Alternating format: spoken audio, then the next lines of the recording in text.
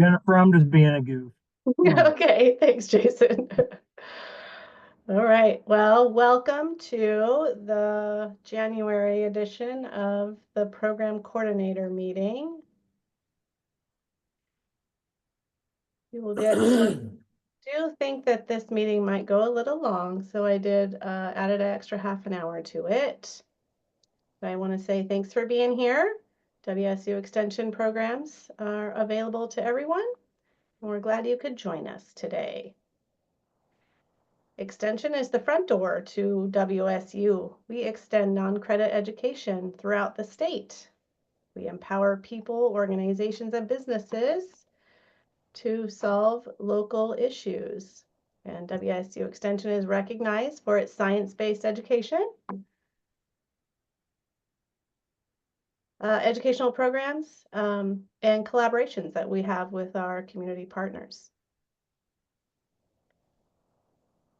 And the Master Gardener program engages university-trained volunteers to empower and sustain diverse communities with relevant, unbiased, research-based horticulture and environmental stewardship education to address 9 program priorities or critical issues facing Washingtonians. Today, we will have some announcements and get into our the different teams that we have working across our state. So first of all, I want to talk a little bit about 2025 outlook. We have had a lot going on over the past few years. And when we, or I at least, reflect on the work of all of these teams that are in front of you that we've accomplished since 2019, I'm very, very proud of the work that we've done. But at the same time, when I look back on it, I'm like, man, it's no wonder why I'm tired, right? We have accomplished so much. And I know that sometimes all of this feels, sometimes or maybe oftentimes, I guess, might feel overwhelming, might make us feel like, we have a lot of pressure on us. And that's never been my intent. My intent is, as your statewide coordinator, to make sure that you have the tools and the resources that you need to be successful, to help us fulfill our mission and achieve our vision as effectively and efficiently as we possibly can. So also, when I look at my position internally, like what is my purpose, I really go back to that statewide internal vision that I created for myself when I was applying for this position. And again, we've made lots of progress toward becoming a cohesive statewide program of highly trained, competent, and engaged volunteers who know and understand our program's purpose, who know, understand, and can explain how what we do, what volunteers do, supports the educational mission of WSU Extension and the Master Gardener program. Volunteers who can support the telling of a compelling and impactful story. That, we are a household name and a go-to resource. And finally, volunteers who are, that highly trained, competent, and engaged, and ultimately are empowered to develop, implement, and evaluate vision and mission achieving programming. There has been and still is lots of work in these words for our program and for each of us individually. And I know that you all have competing commitments that pull you in a variety of different directions. So when I look at 2025, I plan to continue focusing on our program evaluation efforts to improve our ability to tell our compelling and impactful story, and on developing strong, supportive relationships with the Master Gardener foundations that support us. So this includes ensuring volunteers know and understand our program's purpose, and know and understand and can explain how what they do supports the educational mission of WSU. Volunteers understanding their connection to WSU and that land grant purpose is key when you look at different studies that have been done by Master Gardener leaders across the nation. That is key to having a successful program. So if you're feeling completely overwhelmed with all that is going on, remember these 2 focus areas for 2025. I guess as I say this, though, I'm sure you're thinking, well, what about Green School? And you're right, that's the top priority. But Green School integrates both of these things, both of these 2 focus areas. So it's all connected, just like our program priorities are. Everything we do, when we make a decision, it pushes one way and pulls the other.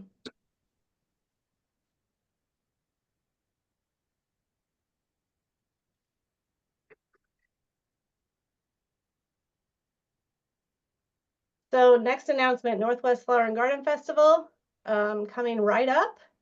And if you haven't already done so, please register your events on the foundation website, the state foundation website, by February 5th. And I think I saw Debbie on. Debbie, could you grab the link and put it in the chat for people, please? So that they can pull it right out and know exactly where it is. Here's what that calendar looks like. When we go to the festival, we're going to hand all of our, one of the main questions we get from guests is, well, what kind of events are available in my county? So we have a bookmark that we hand them that has a link directly to these calendars, both educational and fundraising. And we can say, find your county, and here are the events available. Well, good question, Sarah. That is something that there is a link. I don't have it right now. So Sarah asked about approved classes for CE.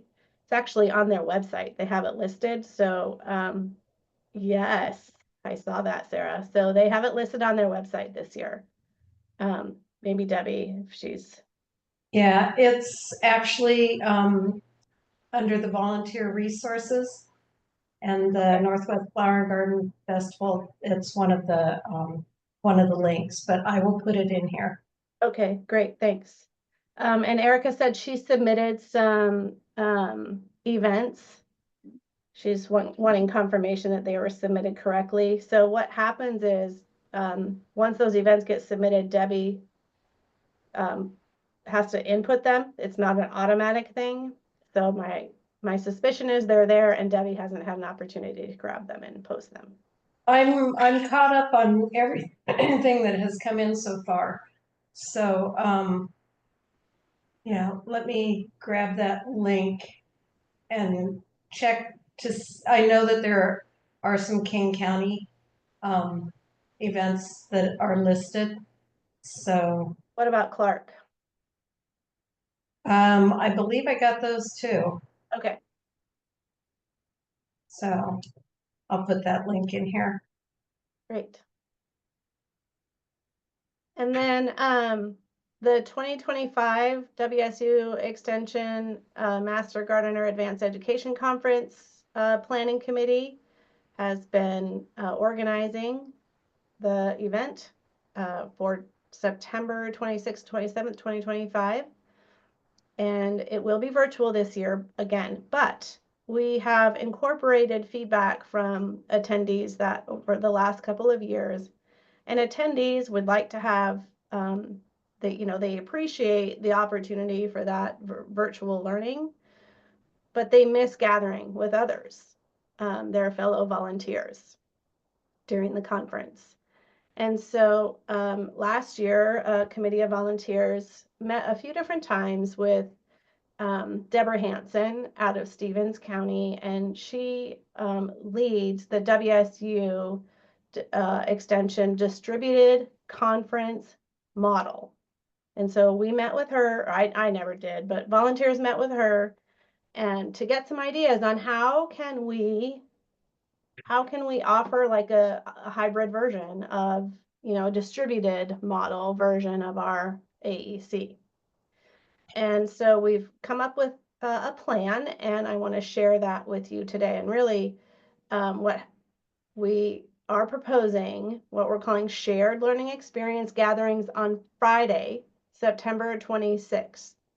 So in the AM, you would view as a group in a venue somewhere the Master Gardener Foundation of Washington State annual meeting and the keynote presentation. And then a midday break for lunch together. And then the afternoon, view as a group in a venue shared together 2 live presentations, including interactive discussion and feedback after each presentation. So what we're bringing this to you as program coordinators first, the details of it, because we want you to be aware of this opportunity and then work with your volunteers in your counties to determine whether or not you want to do this. So counties will be invited to volunteer as hosts for these shared learning experiences. You could gather as regional groups of more than one county, or hold the event just for your own county on Friday. All the programming will be provided by the Advanced Education Conference. You will not be responsible for any programming. Contracted statewide tech support will be provided for all of the Friday presentations. You will need to provide access to Zoom and have some kind of tech support available at your host site. We would need to know by March 3rd if you want to do this, and include, your minimum and maximum capacity requirements and food offerings that you would like to provide. I have a letter that will go out with a form, and I'm going to send that out with the e-news, so you'll get all of this in writing.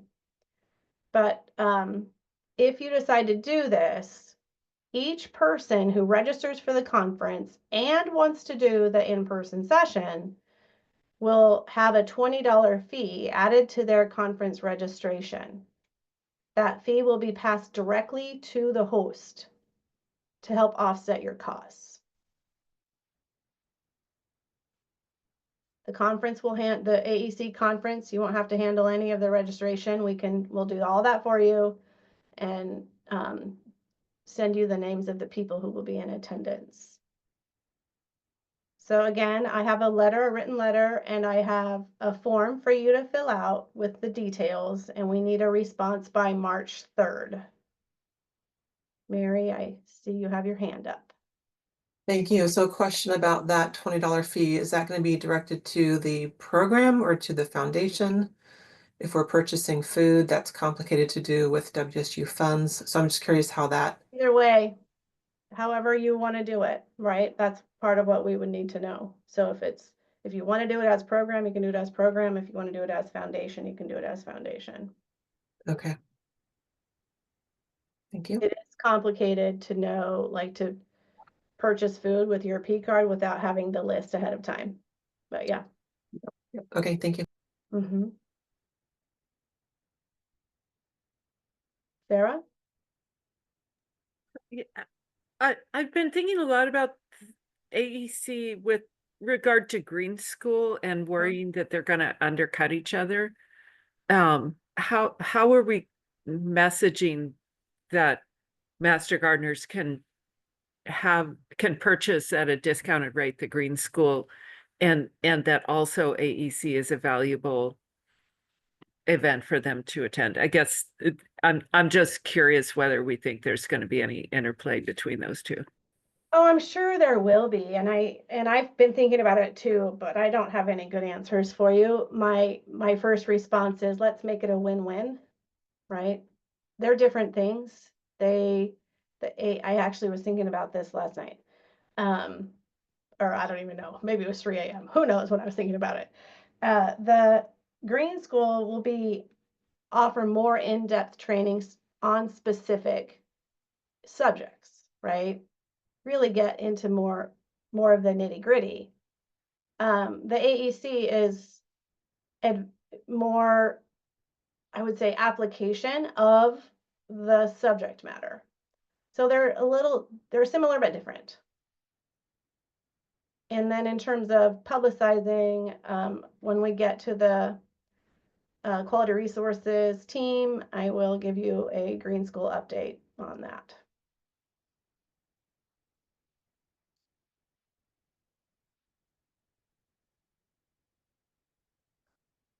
Okay, telling our story, a reminder that all administrative professionals with program responsibilities, that's most of you, it's not all of you, it's most of you, must complete Activity Insight again this year. The recording for the training is linked here, but I will also send it out with the e-news if you haven't had an opportunity to watch it or listen to it. Or did I skip your question, Erica? Yeah, I just was feeling a little fuzzy. So this is like a 1 hour educational piece or? For the conference? Yeah, Oh, sorry. No. So the conference is Friday and Saturday virtual. What we're offering is on Friday, counties host an in-person session where volunteers can come together and view the educational offerings provided on that day. And on that day, it's the morning is the State Foundation annual meeting and the keynote. And then have lunch together. And then the afternoon is 2 more sessions. And we're thinking about having those be like Master Gardener skills sessions. And then in between those sessions have interactive activities for the volunteers to do together to discuss, what they learned and learn to apply it. got it. Thanks. Sorry, I kind of missed. No worries. I went through it quick. Okay, so annual reporting. So I have the link to Mike Gaffney's training, and I'll send that out if just with e-news as a way of getting it to you again. I know it's been sent out to all extension. I have met with a couple coordinators already, and we all agree that watching the recording of that training as you're doing your Activity Insight reporting is really helpful. So make sure you keep that link handy for yourself. And then that's due by January 31st. And really, you can use the program priority toolkit, right? That what is the issue? And when you look at your impact statement, what is the issue? If it's local food, use that, but relate it to your specific county. And then you can fill out the rest of it from there. Annual survey. The link to that survey went out with the agenda. I'll send it with e-news, but please complete that by February 28th, including the impact reports. So last year, I also want to say, if you're a civil service coordinator, please make sure you know how your impacts are being entered into Activity Insight. Is your county director going to do it? Is your faculty oversight person going to do it? Or do you need me to help you do that? I just want to make sure we capture them. I don't want to miss it. So last year we spent quite a bit of time during this meeting talking about filling out that survey. I don't want to spend that time this year, but in the agenda, I linked to last year's YouTube training that we did. So if you have questions about filling out the survey, please take a look at that recording of last year's meeting so you can refer back.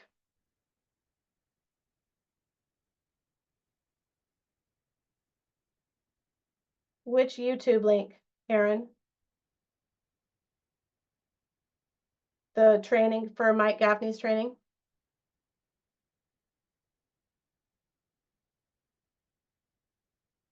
Oh, thanks, Tim.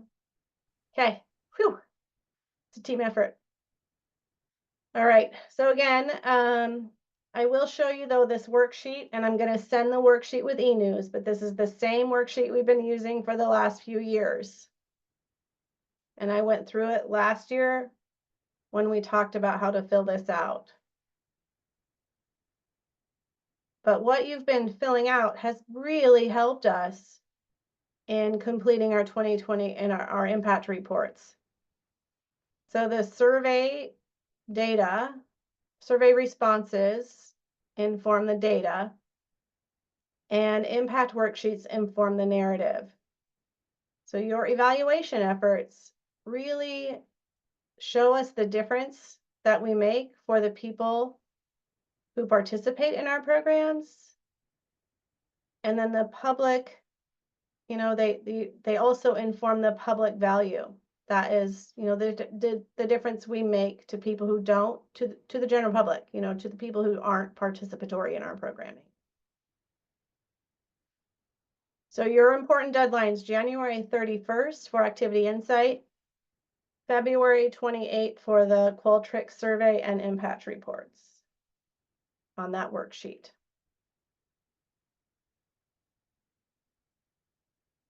Questions about that? I have a quick question, Jennifer. Uh-huh. In years past, you sent out like a PDF or Word document of the report. Is that going to be available this year as well? I can do that. Yep. It's Thank not you. haven't changed. The only thing that's changed is the years. So last year worked Okay. really well for us. Okay, thank you. Mhm.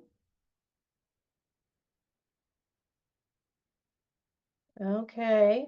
And a reminder, I shared this a bit with you at the end of last year, but we launched our program evaluation plan in 2024. We had about 5 counties participate. 2025, I'm hoping we have 10 counties participating to receive many more responses. Each priority has a templated slide deck. They've been updated so they're meet all of the accessibility requirements.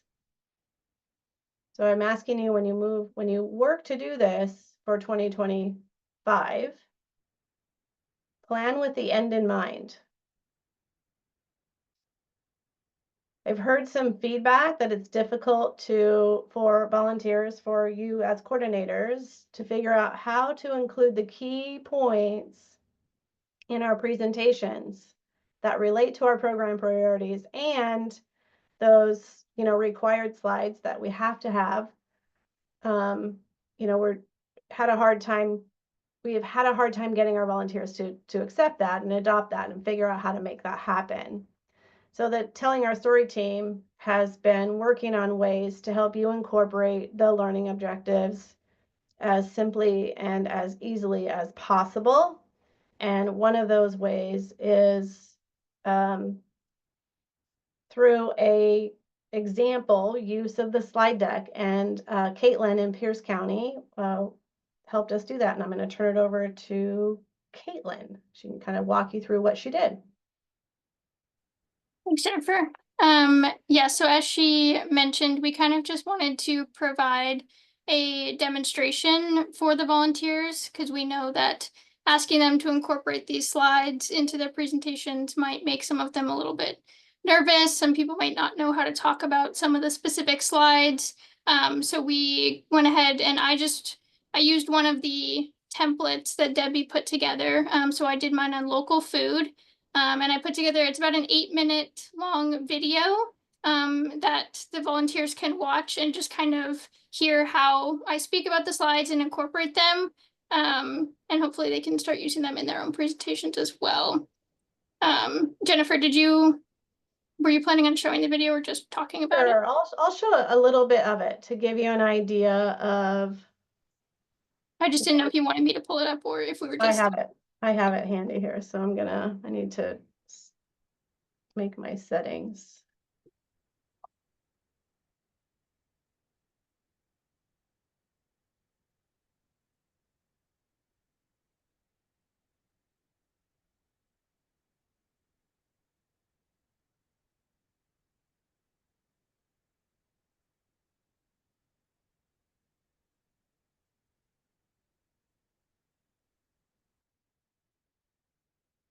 Let's figure out, it's not letting me share computer sound. There it is.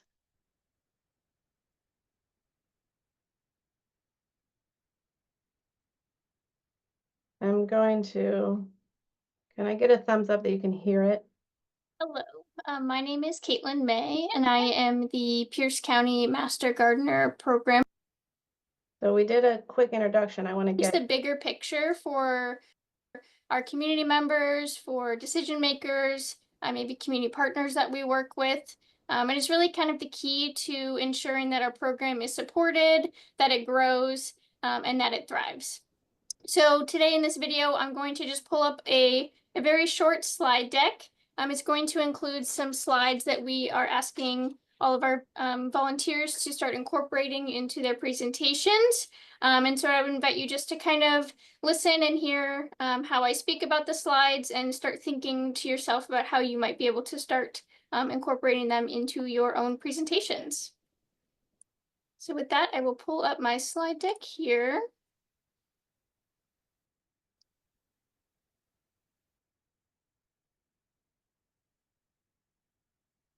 Okay.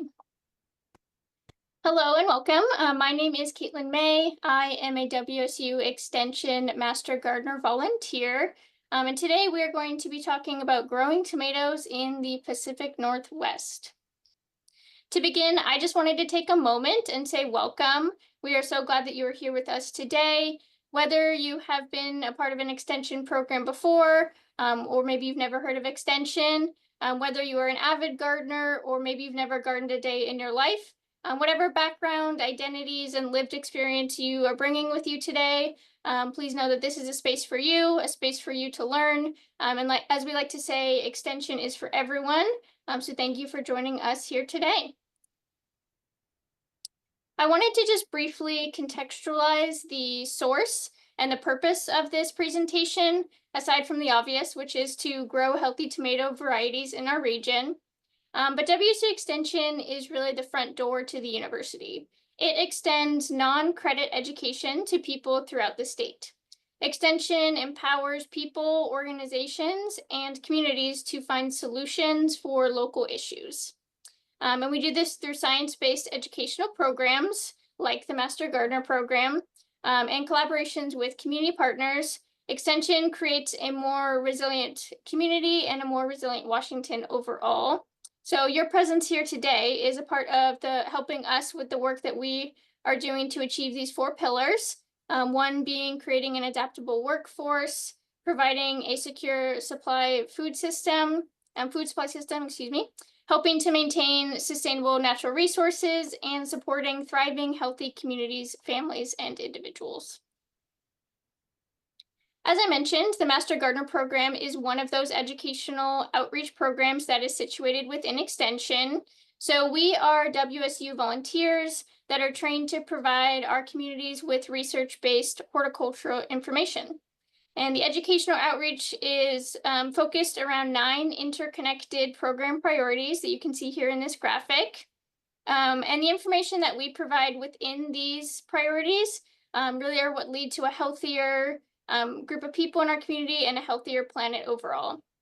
So the talk that I'm going to share with you today is going to be rooted in our program priority of local food. Our goal for this program priority is really to teach sustainable techniques for growing local food to improve individual and community health and wellness. And you might be wondering, why is access to local food so important? Well, according to a USDA study in 2020, 13.8 million American households were food insecure at some point in 2020. So this means that at some point during the year, the household was unable to acquire enough food to meet the needs of all members in the household because of either insufficient money or other resources for that food. Local food production reduces the economic and environmental impact of growing, processing, packaging, and transporting food. People who have direct access to local food, so that's either through farmers markets, community gardens, or by growing their own food, they eat more fresh fruits and vegetables than people who do not have access to those resources. And access to nutrient-dense foods puts folks at less risk for certain health issues. So today's talk on tomatoes will give you a better understanding of the benefits of local food, hopefully help you recognize that we all have a role to play in supporting a healthy food chain, and will give you specific techniques that you can implement in your own lives to grow healthier fruits and vegetables.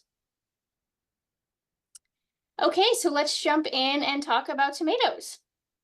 This is the point in the presentation where you as a Master Gardener volunteer will be sharing all of your amazing horticultural information. For the sake of this specific resource video, we will imagine that I have just shared all of that information and now I am ready to end my presentation.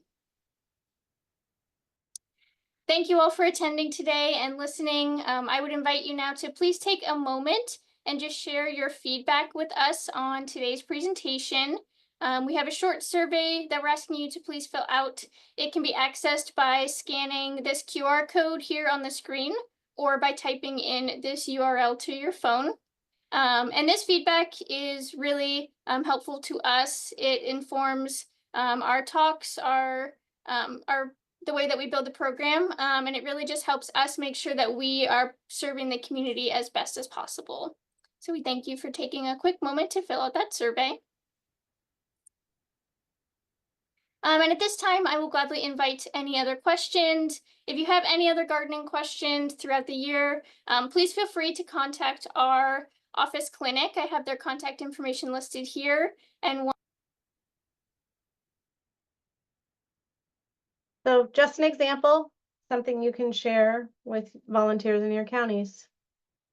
And I'll also just mention that most of those talking points were already in the sample slide deck, so I didn't have to do research or pull from that. I kind of just modified it for my own speaking voice, but Debbie has done a great job already curating all of that, so it's really easy to just plug in and use.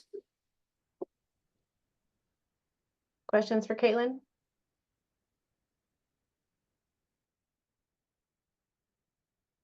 Thank you, Caitlin. That was really well done. I'm looking forward to using it. No problem. Me too. Yeah, no, I think it'll be really helpful, Caitlin. Appreciate it.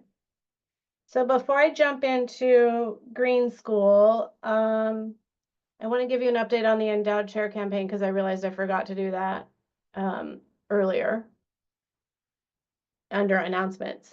So the State Foundation is aware of this, the State Foundation Exec Board and the State Foundation Board. So any of the your county reps that serve on that board, they have been made aware of what I'm about to tell you today.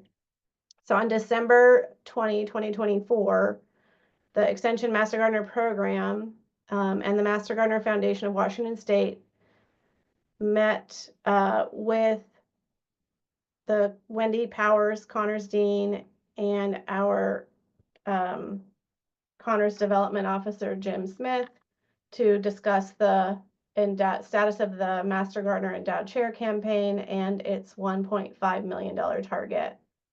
As a reminder, the goal of the campaign was is to fund a faculty endowed chair position, and it was envisioned to really, support the program in perpetuity.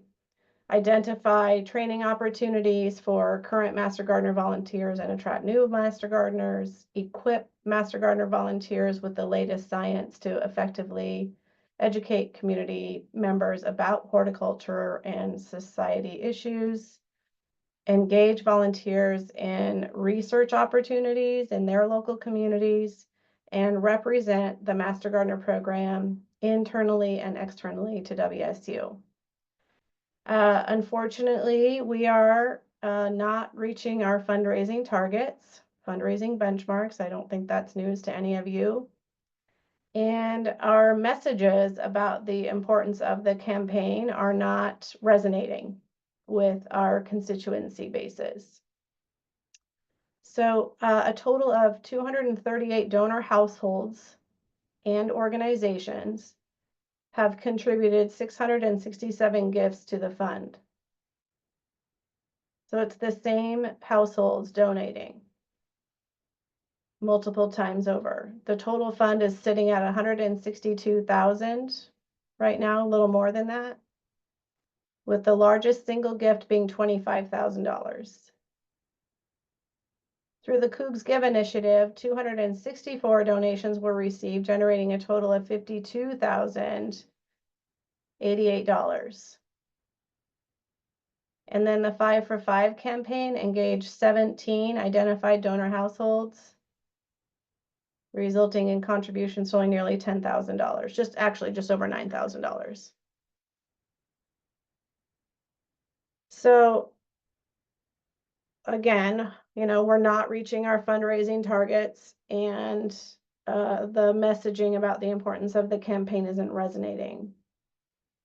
Additionally, if we reach that $1.5 million goal, it will be unlikely that WSU will be able to hire or appoint a single faculty endowed chair fully dedicated to the Master Gardener program.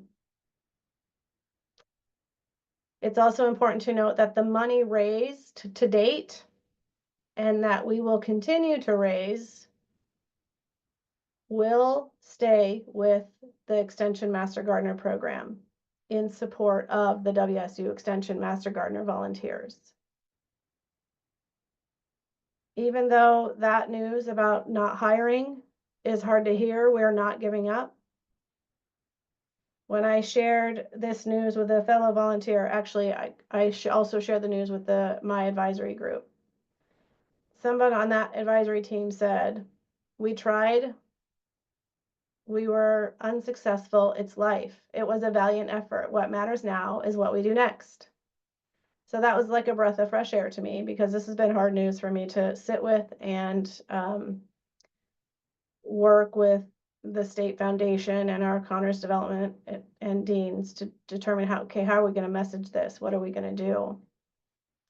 So the next steps include listening sessions and collaborations with the Master Gardener Foundation of Washington State, focused on, informing the future of the campaign. Now is the time to reinvent it. How are we going to best support our program? What will the messages be that resonate? WSU is fully committed to our Master Gardener program, and I think more committed than they probably have been in many, many years. And WSU is, Connors Development, really eager to consider alternative models for supporting the program and the 4,000 volunteers that are a critical part of us serving our mission. There's a lot more detail involved in this that, relates to the state budget, to declining enrollments, to agreements that were put into place in 2019 between the WSU Foundation and WSU and Connors about minimum targets needed for them to commit dollars to an endowed chair. When we started our conversations about this endowed chair campaign, there was an agreement in place whereby we hit the $1.5 million target, and then WSU Provost's office would provide funding to make that higher, or to appoint somebody who was already hired. Somewhere in between 2019, when we started having these conversations, and 2022, when the gift use agreement was signed, that agreement no longer existed. And none of us knew it. I didn't know it until December 2024. No excuses. I don't, new deans. We've had 3 deans since the gift use agreement was signed, and we're about to have another. We've had 3 development officers, which have really complicated communications. But I think that right now, what we're doing is retooling. We're re-engaging. How what might be the best way to support the program? What messages are going to resonate with our constituency bases? We're not giving up. We're going after it. And I actually, since I have had time to sit with this, I'm actually kind of excited about going in a different direction with it. Because we haven't been as successful as we need to be. What that direction will be, I don't know yet.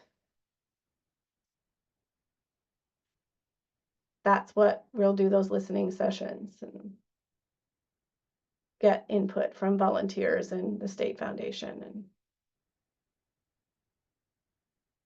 questions? Yeah, Sarah says, dang, yeah.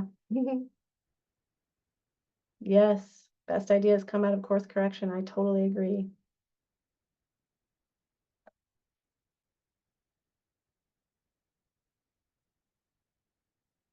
Okay.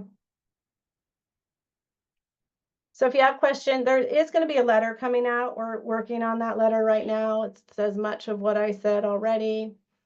We're working pretty swiftly, but it's taking some time, and we'll get a letter out to everybody.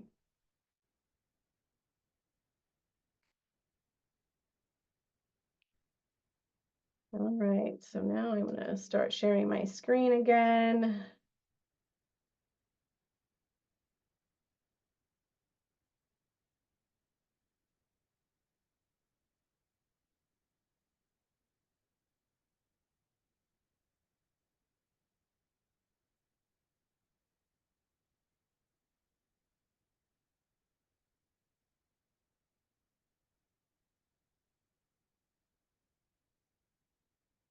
Okay, now we'll get into fun stuff. Green School.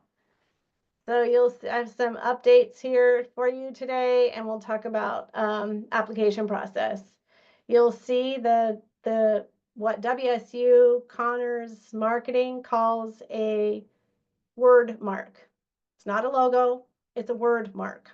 We have this one that's stacked, and then we have one that is horizontal.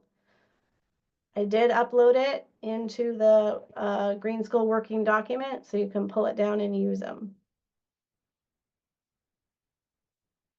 But this is exciting. We have an image to use to start advertising and publicizing. So last, I guess in November, we shared this information with you. Nothing here has really changed. This is all the same still. I guess a little bit of feedback that I've received from various advisory groups that I'm having review things for us. These were titled non-volunteer track and volunteer track. There was concern that the non-volunteer track had a negative connotation, and this was really just for internal use anyway. The actual titles that we'll use are Washington Gardener Track and Extension Master Gardener Track.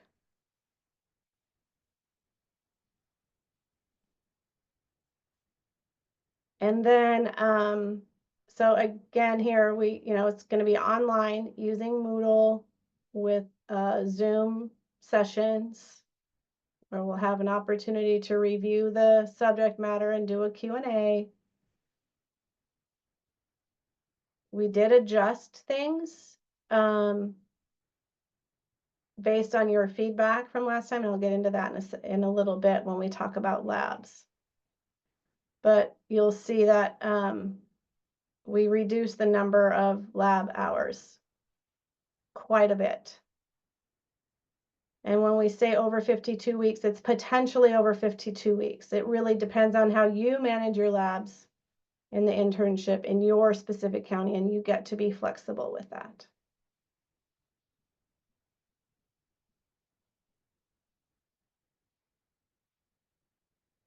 Talk about application.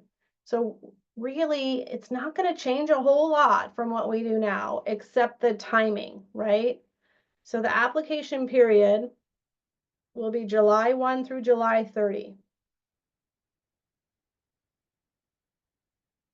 with you'll inform them, the applicants, of acceptance or denial by August 31st, 2025. The registration period will be August 15 through September 30. It's an overlap. Some counties will need that whole month to do the application process, and some don't. And so we're just overlapping it, which is totally fine. Extension Master Gardener learners will apply in the county via a process that each of you define, following, the WSU policies, using the approved application and the approved additional questions, just like you always have. So the DEI team has been working on the application and also on a rubric for reviewing applicants. And they'll talk about that later during the DEI update. So it's really very similar to what happens now. On the Green School website, we'll have a link to, find your county, apply in your county. So we'll be driving, the state website will be driving people to your county. But the timing is key, and I don't want you to miss the dates. Once you have your approved, the people who have been accepted into the program, then you will provide them with a registration link where they get the discount code to register at the Extension Master Gardener volunteer rate or the scholarship fee waiver rate.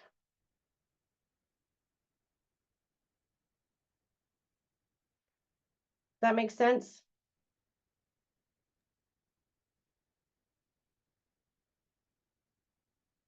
Yes, Jason, it eliminates the rolling enrollment option, but what it doesn't eliminate, and we'll talk about it in a minute, is your ability to do your in-person training when you want to. Go ahead, Laurel. So, if people don't, is there any flexibility in this? Like, No. can we, if they can register until September 30th, can we keep accepting applications? Because in our county, we usually have, historically, we've had a month or, probably 2 months where they can turn in applications, and then we accept rolling applications up until registration for online is cut off. Do they have to apply by July 30th? Is that a hard date, or how can we individual? I mean, yeah, if there's, I think about why there would be a reason why we couldn't. I mean, when I was thinking through this process, I was thinking about the big counties who need the time, right? Enough time to make sure that they can accept the applications, review the applications, do an orientation or interview type process, get everybody through the background check, and then, or offer the acceptance or denial and get everybody through the background checks, and then still have time to register. yeah, and that makes So- sense. We just typically our class size, like, by the official cutoff time for our training this year, we had like I don't know, 17 applicants, and now we're up to 40.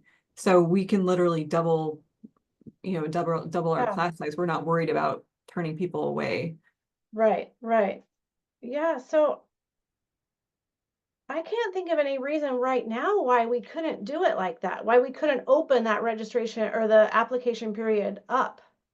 Okay, that would be a I lot want to easier. think it through. Like can anybody on this call think about why that would cause a problem for you or for state I think level?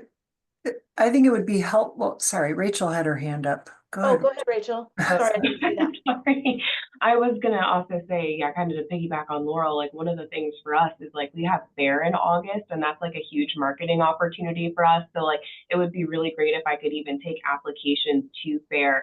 And historically in Benton and Franklin, we have allowed kind of rolling admission all the way up until we have like orientation and getting acquainted interviews, and then we kind of say, hey, that door is closed.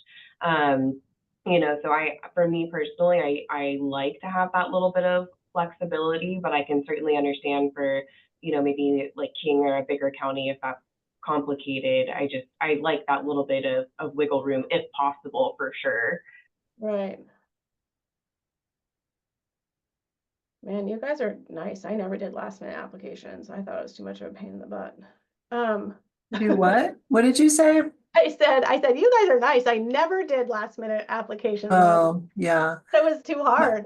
I guess I would chime in and say that it just shifts, which is what's going to happen, but that is a busy time of the year for the current cohort, and there's just so much going on, and you're trying to graduate that current cohort, so it's just going to really double us up in terms of processing the incoming and then trying to you're nodding your head like this has been talked about already. This year is everything's compressed because of the okay. way, right? Yeah. But it shouldn't be that way as bad. Right. But I get that. Okay. Erica?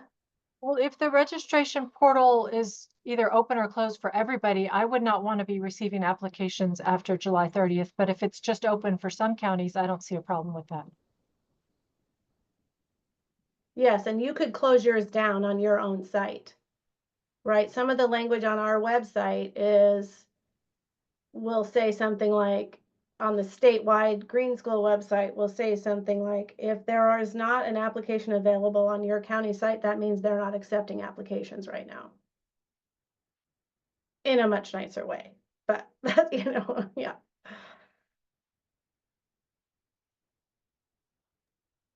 Jennifer, I've been trying to find this resource information unsuccessfully on Teams, and I'm also on the coordinator page of the website. Can you tell me where that? It should be shared. So if you go into Teams and go into OneDrive, and then your shared documents, it's there, because you should be able to see it there. Okay. I emailed it out. It's not in Teams. It's in SharePoint, not Teams. Am I hearing that right? Yeah, OneDrive. It's on OneDrive. Okay, thank you. I will look there. Thank you. Yep. Go ahead. Who's next? Caitlin, you're at the top. So is the thought that we will have a link to both of these tracks on our own websites, but then the Washington Gardener application, would that just be managed by the state? Yes. So the Washington Master Gardener application will be approved or, given to you from the state level, but you will manage it. So you'll put that on your site if you're accepting applications. So do we manage the non-volunteer track site applications? There are no applications for non-volunteer track. It's just Oh, okay. Okay, that makes sense. So we had a big backlog of applicants this year, and they're all in a big a folder that will alert when this comes up again. Yeah. I think that we'll probably have our full slate of applications turned in. I'm fingers crossed by the deadline, and that King County is not necessarily going to need to extend the deadline. But just thinking this through, if we get more applicants for the volunteer track than we have slots, then what happens? Do they sign something that says, if not accepted as a volunteer, please enroll me in the gardener track? Or no, I don't want to be in the gardener track. Like, how does that part work? Yeah, so I think it's not a signature, but it's part of the communication on our website, like a FAQ that will be there. So, oops, I wasn't accepted into the Master Gardener program, but I still want to do Green School. And so we can give them the link to Green School to do it there. Did that answer your question? Okay. So I would say in your, communication back to the potential volunteer that's informing them that they were not accepted, you can tell them, but this course is still available to you, and give them the link to register. Let's see, Linda, you have your hand up? Yeah. So is there going to be like a media campaign created for this that we can share on our Facebook page, etc.? Yep, I'm getting to that. That's Okay. next. My next slide. Bryce? Mine is quick. Just back to Sarah's question. That does raise an interesting, like potential dilemma and like maybe great problem to have, too many applicants. But if Sarah already has a backlog and then she accepts people into Green School, and then people who do Green School are told that you have within 2 years you can become a master gardener without having to take the coursework, the online coursework again, that you might build up more and more of a backlog of people that are trained on the online portion and waiting to go through the county training. Again, maybe a good problem to have, but Yeah, and so that within 2 years piece is, I'm not sure that we've really decided on that. And so that's still something that's up in the air, and we'll talk about probably next month. I don't want to spend the time talking about that today. But so mull that one over, Sarah, and people who have turn people away.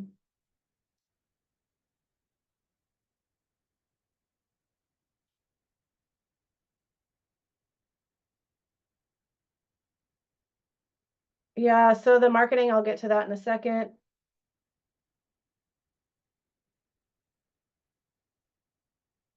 The only thing that I have for you right now about Green School Hari is on OneDrive, that the working document in OneDrive.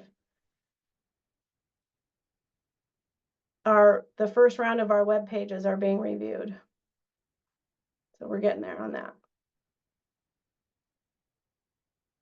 So Bryce and I will talk about the application period. We have to have a hard cut somewhere, right? I mean, because we need the Extension Master Gardener volunteers to be in attendance at the first class. And so what would be a hard, I mean, we need to have some hard deadline. I don't want to keep accepting people throughout the entire course. So would a hard because the class starts in October, beginning of October. So what about a hard deadline of September 15? Laurel, Rachel, those of you who are saying, Bridget.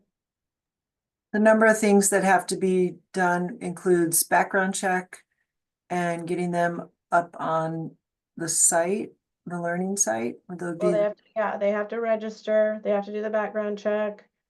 They don't have to meet us. We don't have to have an in-person. I mean, unless you should have an interview with them, and you should check, to some extent, check references. But I know that that's difficult. But at least do some sort of interview or orientation so they know what they're getting themselves into. And you said October. What's the start date?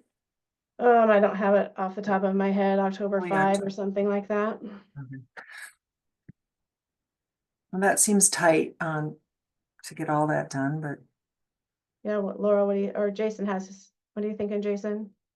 Yeah, maybe you mentioned it, sorry. Is this going to impact everybody like who has, or maybe who is going to apply, like in my program where it's rolling enrollment? How is that going to work out? Canvas is going away probably July, Oh,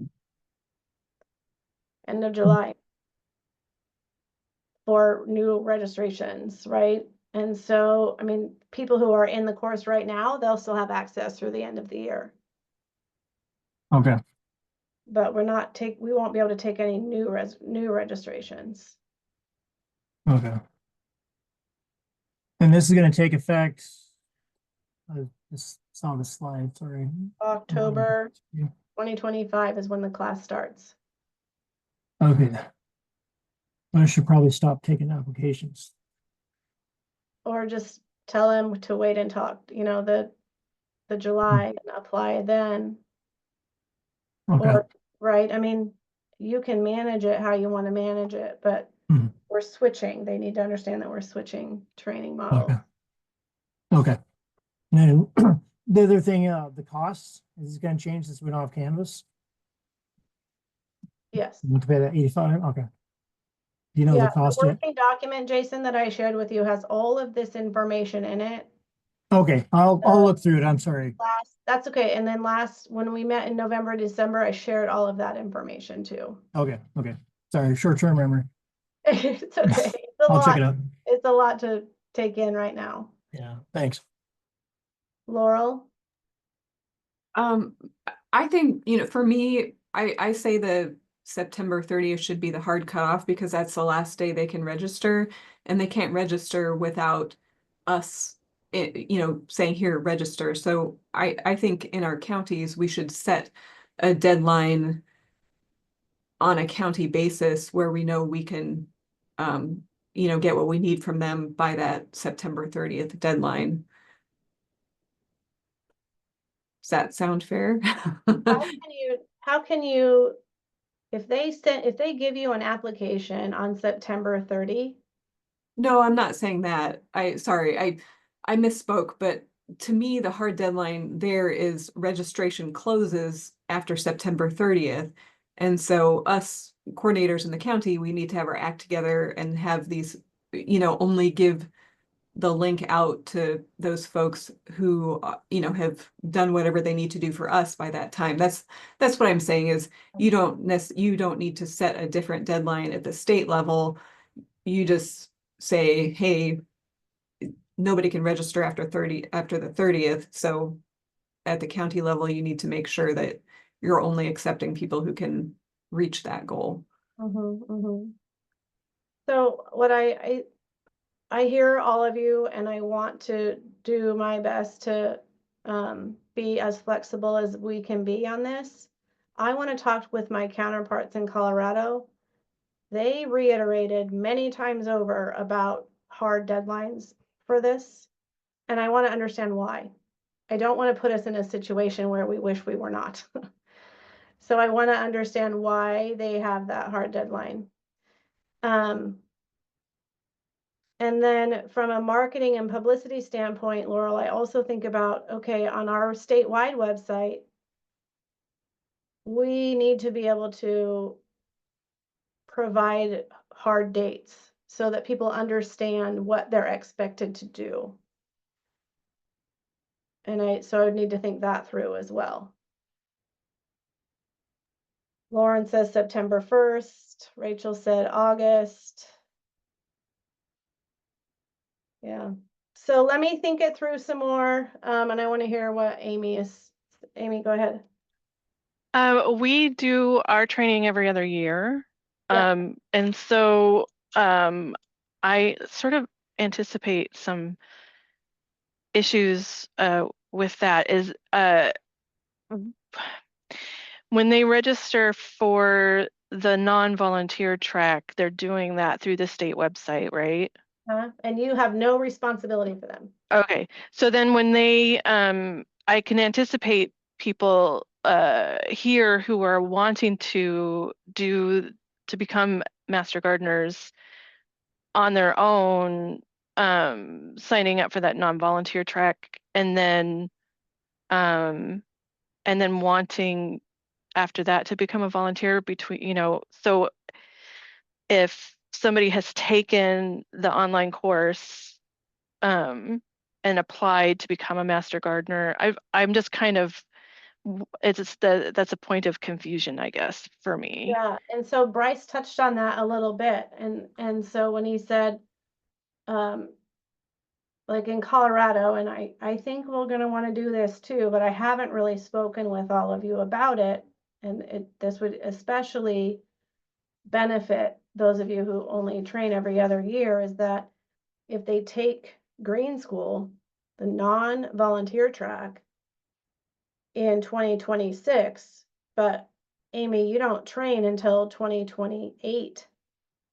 They can count that green school toward their master gardener certification, and you can train them to be master gardeners in 2028.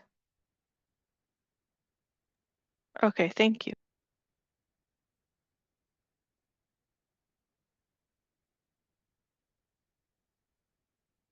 So obviously we have, oops, I hit something I shouldn't have hit. What did I do?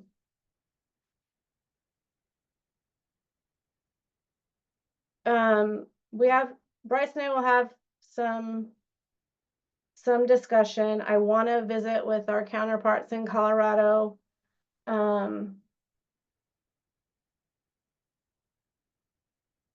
Looking through these. September 30. First day of class is October something. I don't have it and I can't get to it right now. Anybody remember the first day of class or have that working document open? Yeah, it is October 5th. Okay, thank you.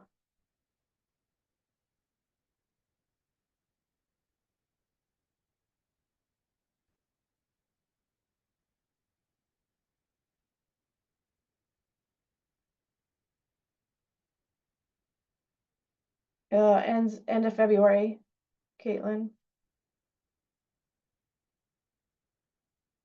Okay, so thank you for this discussion. As usual, it's given me a lot more to think about, and that's what I wanted, so I appreciate it.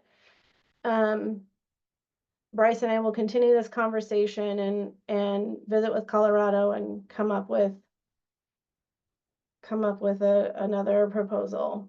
But we need to get this done and begin advertising. So I'll get back to you. We will get back to you. All right, so publicity for this. The Green School website is under review. The intent is to publish in time for the Northwest Flower and Garden Festival. Some tangible assets that will be available include an insert to a brochure. We'll have lots of these inserts. We can make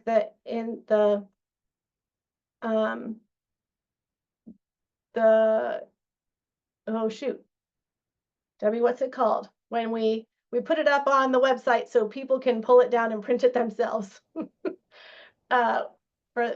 Anyway, we'll have the electronic version of these brochure insights available to you. There's also a bookmark becoming available. And then a poster that we're going to use at the Northwest Flower and Garden Festival, and we can also put that up on the website so you can pull that down. You saw the word mark asset, so that's available to you. The working document, please use that to start informing your own county websites. There's a lot of content there that you can make your own. Jennifer, it's not, the permissions say that we don't have permission to download it. Correct. But that is where you're wanting us to pull information for our web pages? Is it too early to do that if it's still in revision? Well, it's going to be in revision pretty much constantly. Okay. So it would be, and it's because we're always adding things to it, right? So I'll change your permissions to allow for download so you can do that. But you have to promise me that you're going to come back to the live version and stay updated with it. Because that's where I'm updating everything. Okay. Thank you. Yeah.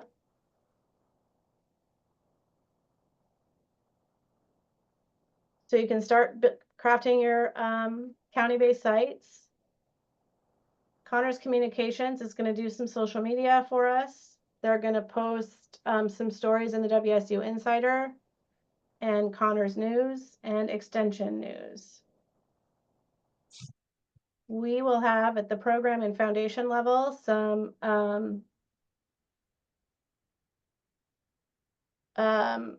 at the foundation and program level, state and county, some social media campaigns. Evergreen Thumb will be a great way for us to get the word out. Again, the Northwest Flower and Garden Festival, and then I'm asking you to, you know, just as you would in any given year when you're recruiting new volunteers, you know, recruit at your county-based outreach events, or the way that you do it in your newspapers or word of mouth. And those with those assets, the tangible assets that will be available to you.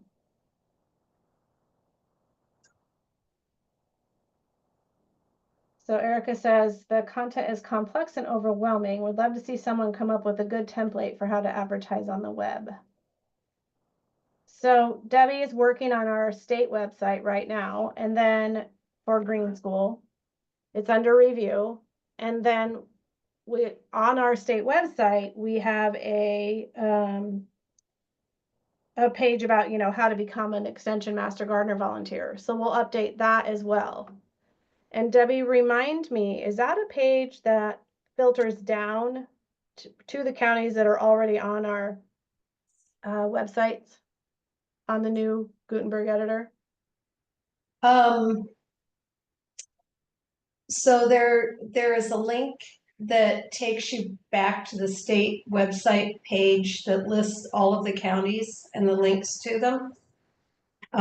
What we can do is create a county template that will be part of the new as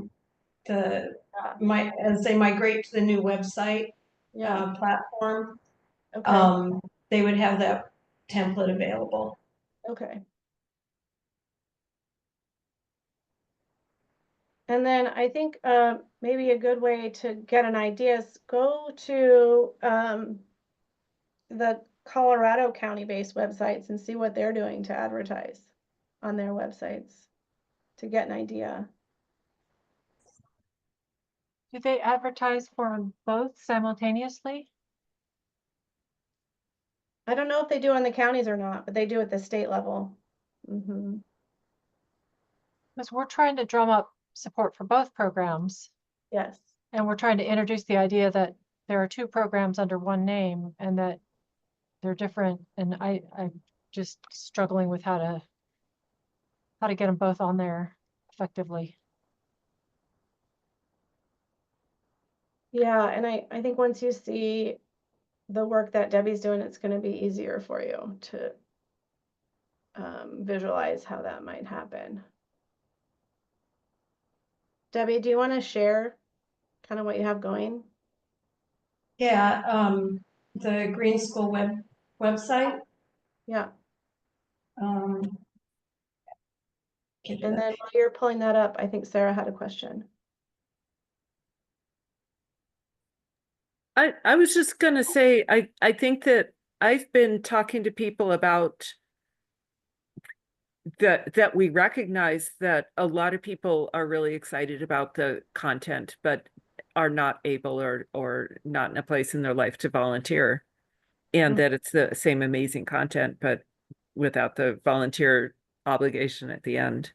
And people have seemed to understand that. So that's kind of where we're going. So this is a draft of the website so far. And then,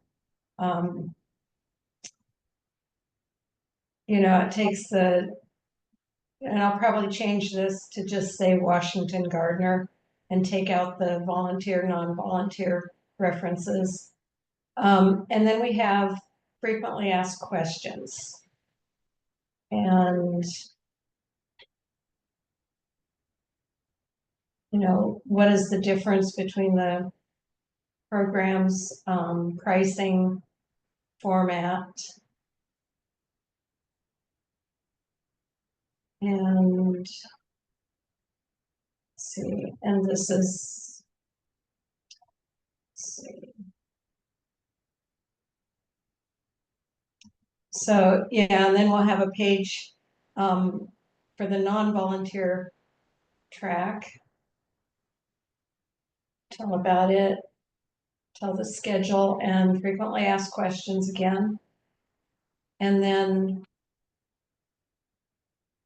oops, sorry, my mouse is just jerking these pages around. And then the volunteer track.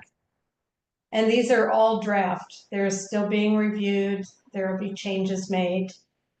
And then these are the steps for becoming a master gardener.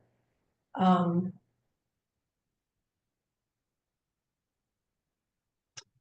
then this will take people back to the main page on our website with the counties. And to apply, there again, go to your local office. That will take you to the same link. Step 3 says apply to become and extension master gardener. Yeah. Thank Yeah. you.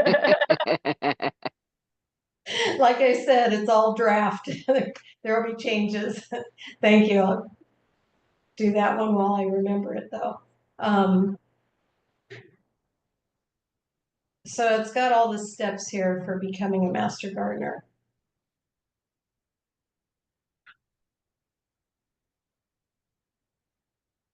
So, and these web pages are actually going to live on the extension site, not the master gardener site.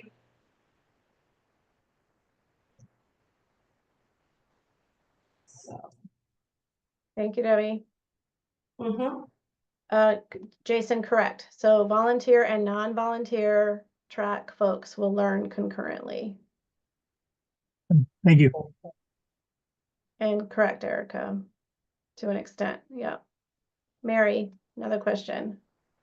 Yeah, I was looking at the Colorado Green School, and they have the full course and short courses. And I asked this question because I was asked this question in a Master Gardener meeting yesterday. Will people be able to take individual classes or just the full course? Yeah, so yes, we will have short courses, but not this year. One thing at a time.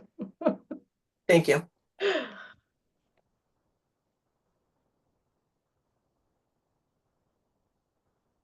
Okay. So be on the lookout for publicity materials, but in the meantime, you can use the information in the working document to start building out your websites if you're ready to, right? Let's see, what am I trying to do here? I need to share my screen.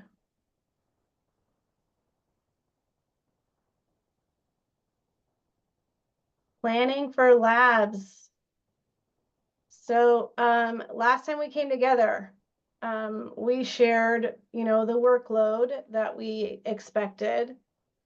And the minute it came out of my mouth, I knew it was too much. And you all confirmed that by your reaction. So I appreciate that. We've adjusted our thinking around these labs to be more focused on competencies rather than time in a lab. So we're currently developing those competencies with the curriculum development team that some of you are a part of, but some of the ideas are in front of you.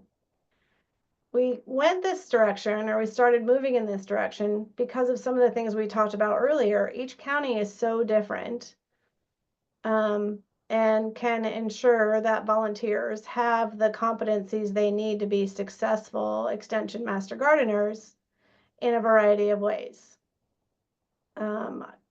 I imagine counties with 100+ volunteers, you'll want to have a way to measure competency, right? You'll need to have something that is more concrete. But in smaller counties, I would guess that, as a coordinator, you can confirm competency by observation. And that's going to take different amounts of time for each county.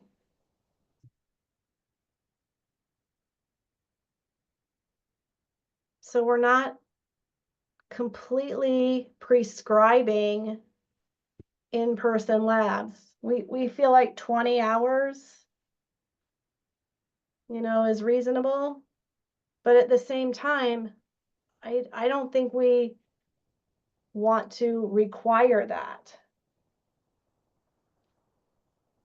We want to make sure that our volunteers are able to serve successfully, confidently, and competently. So when we think about timing of the labs, they can be completely flexible to meet your needs. You can run them simultaneous to Green School. You can wait until everybody has completed the Green School and then start your labs. Or at any time that works for you, really. It's not, you can do it when it works for you. You can offer them once a week, once per month, however it works best for you and your program. Item of note here, the volunteer learners, well, all of them will, but volunteer learners will have course access from October 2025 to September 30, 2026. So if you're running your labs, say, from March to June, or however you want to do it, the learners will still have access to the course. Does that make sense?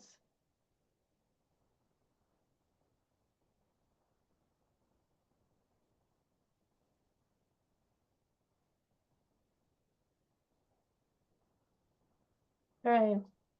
I don't have anything else on that right now. Do you have questions before we have 2 more slides?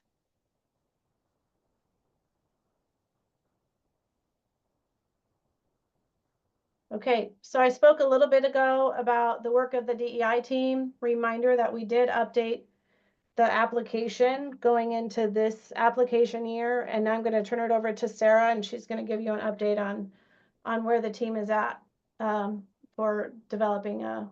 Such as it is, yes. I'm reading notes from Tessa, and she said, let's see, she said, we don't have much of an update other than we're going to continue working on the training application evaluation rubric at our February meeting, first meeting of the year. Hopefully we'll have it ready to go to be used for the new training. And I don't think hopefully we will have it ready to go for the new training. We last met prior to the announcement of the new training model, so we were waiting to learn more about the schedule before moving forward. Also, folks want to join us. Meeting this year will be the 4th Wednesday of every month, 2 p.m. to 3 p.m. starting in February. And Tessa added a link to our Teams, the DEI Teams channel. I'm not looking at the DEI Teams channel right now, but I can go find that link and put it in if people want to join. And I want to add on a personal note, not related to that I've gotten questions from a number of master gardeners asking if we will continue to have DEI or have a DEI team. So far, my response has been, extension is for everyone, and extension is going to continue to be for everyone. I don't know whether there will be changes in what we call things, but there's not, I don't anticipate a change in our effort to understand barriers to joining our program and to participating as a client in our program, and that, to the best of my knowledge, we'll continue to look for and remove barriers. 100% agree with that, Sarah. Some of you were probably on the All Extension call this morning. Mary asked the question specifically to our brand people, who referred us to a couple others that I did not get the names of, but government affairs folks. But at this point, we're continuing with our work, yes. Any questions for Sarah? Thanks to the DEI team for working on developing a matrix. I think it'll be really helpful for us to be using, also removing a barrier to participation and making it more equitable across the counties. using a matrix for evaluating and making decisions around who become Extension Master Gardener volunteers. It's hard work. Oh, we have more than I thought. So program foundation relations, I just wanted to make sure you all knew that, last month I shared with you that it seemed like the Benton Franklin Master Gardener Foundation was going to dissolve as an organization. They indeed did vote to dissolve. And now Rachel and the county director there, Gwen, and I have been working on putting processes and structure, decision-making authority in place for the Master Gardener program there. Rachel said the program's alive and well. Rachel, do you want to chime in? Doing their good work. Yeah, we did say that at the meeting this morning. I thought I would take that opportunity while we had marketing. I'm glad you did. I'm really glad you did. Yeah. While we're, sad to have the outcome and the dissolution of the foundation, we're really thankful for all the contributions that the foundation has made to the program over the past 20 plus years that we've had a relationship and a partnership there. It's very important to remember that all of the foundation board members, as we talk about extension being open to all, are still welcomed to engage and participate in the local Benton Franklin Master Gardener program, and at the state level, obviously, as well. So, we are continuing our planning for 2025, but we are continuing business as usual. So we are planning on having a plant sale for 2025. We are going to participate in no longer basic training, but now green school, so we're excited for that. And our first opportunity of the year, which we're really excited about, is going to be the Home and Garden Show. So that'll be our first opportunity to engage with the community. We're working on a little positivity campaign because there was kind of a misleading article that came out in the Tri-Cities Herald. So we've had some phone calls, thinking that maybe the local program shut down. So we've been putting those rumors to bed and just continuing to communicate the good work that we've done in the community. So we did share this morning that we had over 2,300 educational impacts in the local program in 2024 and donated over 6,200 pounds of produce to local food banks. So those were easy impacts that we were able to communicate this morning. And I had available because I've been working on my end of year report. So that worked out. Thank you, Rachel, for your leadership in this. I know it's been trying, trying for all of us. So thank you for your bravery and your leadership. Well, thank you for your support. I'm grateful to have Gwen's support and the support of the program coordinators here. There have been many that have reached out and offered support. And as we work on structure and processes, don't be surprised if I reach out to you. Great. So thanks. Thank you. So moving forward, the program and the state foundation will be working with WSU contracts on updating our MOA, putting a chartering process into place, and clearly defining roles and responsibilities. And the ultimate goal is to build that mutually beneficial partnership where foundations and the volunteers who serve in those foundations realize that they support the WSU Extension Master Gardener program and only the program, and that they're raising money using Master Gardener resources, WSU resources. So it's really about building that mutually beneficial partnership with clearly defined roles and responsibilities. More to come on that.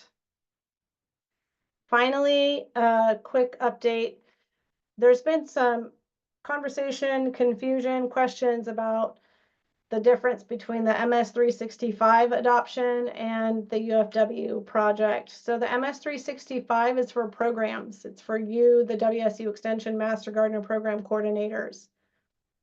It's for document sharing, for plant clinics. The Ask a Master Gardener brand will come from this. Demo Garden, it's really for organizing our program, so in perpetuity. There's many, I think there's like 10 or 12 counties at some level of adoption. And if you're interested and haven't got started, that's the email that you need to email. If you're at some level and you're not sure what to do next, send us an email so that we can make sure to provide the support for you. The UFW project is the Unifying Foundation website project. It is for foundations, and it is a project that was started by the state foundation to provide resource to the local county foundations and help aggregate audiences around the purpose of the foundations to support the WSU Extension Master Gardener program. If you want to learn more about that, the link is there for you, and I'll send it out in the e-news. And finally, oh, happy holidays. Forgot to remove that. Next Zoom meeting is February 26th. Any last minute questions, comments?